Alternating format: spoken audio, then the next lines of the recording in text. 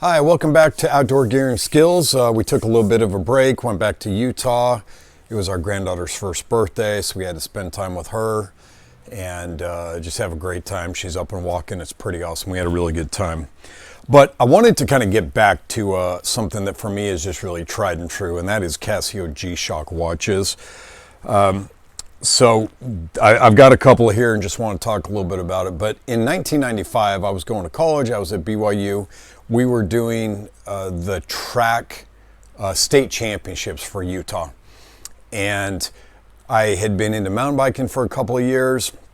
My bike computer, the battery died, and so I wasn't able to kind of track my rides. And this is way before Google, and there were no easy ways to kind of look up how to recalibrate for my tire. I really didn't know how to do it. So I thought I should at least get a sturdy watch that I can just wear, and I can at least kind of get an elapsed time and give me a little bit of understanding of how long I'm riding and that kind of thing. So we were doing water crossings through creeks and all kinds of things. So I needed something strong, durable, reliable. And I started asking people, what should I do? Up to that point, I just kind of had some pretty inexpensive watches, or I hadn't won a watch very much at all. Someone kind of turned me on to the Timex Ironman. Someone else said, no, that you really don't want that. That thing's not that, great of a watch. It's not very durable. You want to go with the Casio G-Shock. Well, I went and looked into it and just found out that, these things are nearly indestructible. I mean, you could probably destroy it, but then you wouldn't have an arm or something like that. And for me, a lot of times I'd be walking down the hall, I'd bang my, arm on the wall or something like that, and I'd get a little bit of paint on the watch, and a little bit of rubbing alcohol to take it right out. I was never worried about crashing and hurting the watch, and that was really important to me. So all of these years later, these are still the only watches that I would wear because I just beat the living hell out of them, and they just keep going.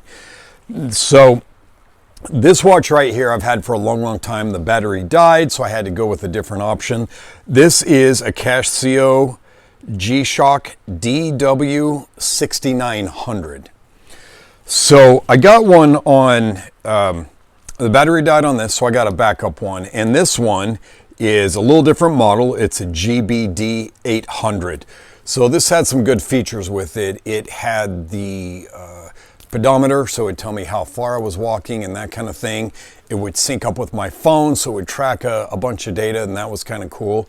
But there were some things about this watch that I really did not like. Now, nothing's perfect. There's always a con to every pro, or at least some things that aren't that great. These are pressurized to keep them water resistant to about 200 meters. I'm never going down that far. But I don't usually take it off in the shower. I never take it off cliff jumping, water skiing, anything like that. But the downside is that when the battery dies, I can't just go take it and get it fixed anywhere. I ran into that problem about 20 years ago. I bought this same watch at Target in Utah, and the battery died. I took it to them. I had them replace the battery. And they didn't tell me anything, about their pressurization. I kind of learned this the hard way. I went swimming. All of a sudden, blank screen, just like I have right now. And I was like, well, that's not good. I took it back to Target, and they said, well, we're not authorized to fix these batteries. It takes special technician and all that kind of thing, so you're out of luck. I got in this whole big fight with them over it. I finally prevailed. At that point, I was just mad as hell because I bought it from Target. To me, it would make sense that they would be authorized to fix it if they're authorized to sell it. It got to be this whole thing. I went on a crusade and all that, and I won. Anyway, I still love the watch. Target, and they're pretty good, but this is about the same to send it off to Casio to get it fixed as it is to just buy a new one. So when I did that, I thought, I'll go for something else. I talked to somebody at Fred Meyer Jewelers. They're, kind of on the West Coast. They're they used to be in Utah. They're in Idaho, Oregon. I think they're in Washington.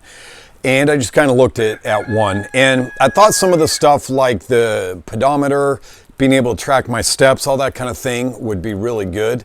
But I ran into a couple of things I didn't like. Number one on this particular watch is there's only one timer. Now I can set multiple timers on my phone, but I have to choose one timer, and that's the timer that will transmit to the watch. And I really didn't like that. When I'm back on my original, my tried and true right here, I can have 4 alarms plus an alarm that signals every hour on the hour. And so I like the fact that I can just flip through here with the buttons on the watch, choose a different one. So if I want to set a timer for just some type of reminder in 39 minutes, I can do that. I can also have a 2-minute drill watch or a 30-second watch or anything like that going. So I really like that better. Another thing is, to me, I didn't really know how some of these buttons were going to work. I thought that this red button would be the backlight button. It is not. It's this button on the side. I didn't care for that as much. This one is really easy to hit this button and the Indiglo shows up. This watch doesn't have Indiglo. This one does.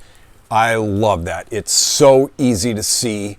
If I'm out camping, I'm doing anything at night, or I'm just in a darker area, I can pop that and see it really easily. Another thing is this watch right here has a black background with grayed out numbers. I didn't think it would bother me. It really bothers me. I much prefer the background that is gray with darker numbers. So again, you know, bulletproof. I really banged this up for quite a bit. My youngest son just turned 15, so I gave this watch to him for his birthday.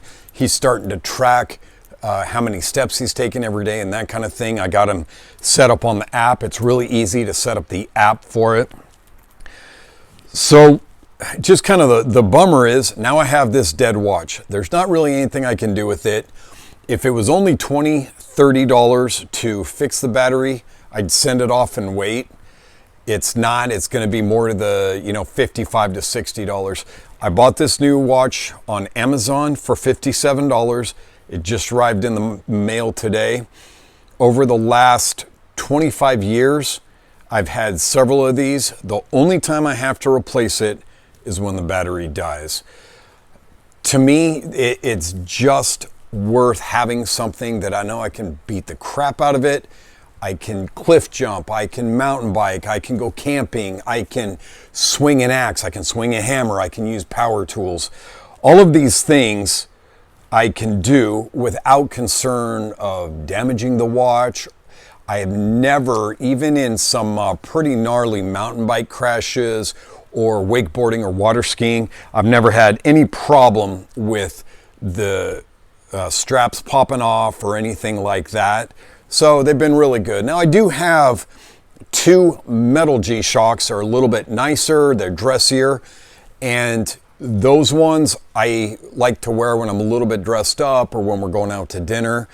But those ones have some solar functionality. They get the time from Colorado, so it does atomic time, and those are great.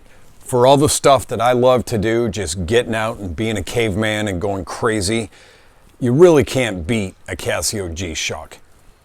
If I had $50 million and the option of buying any type of Rolex or anything like that and a Casio G-Shock, I'm going with the G-Shock every time because I'm just a rough and tumble guy and I don't want to worry about things, beating it up. So for my money, $57 on Amazon, you cannot beat this. I'll wear this until the day I die. Thanks for watching. Leave any comments on the bottom. I'd love to hear what your thoughts are about the watches you use, how durable they are, price points, all that kind of thing. Thanks for watching, and we'll see you next time.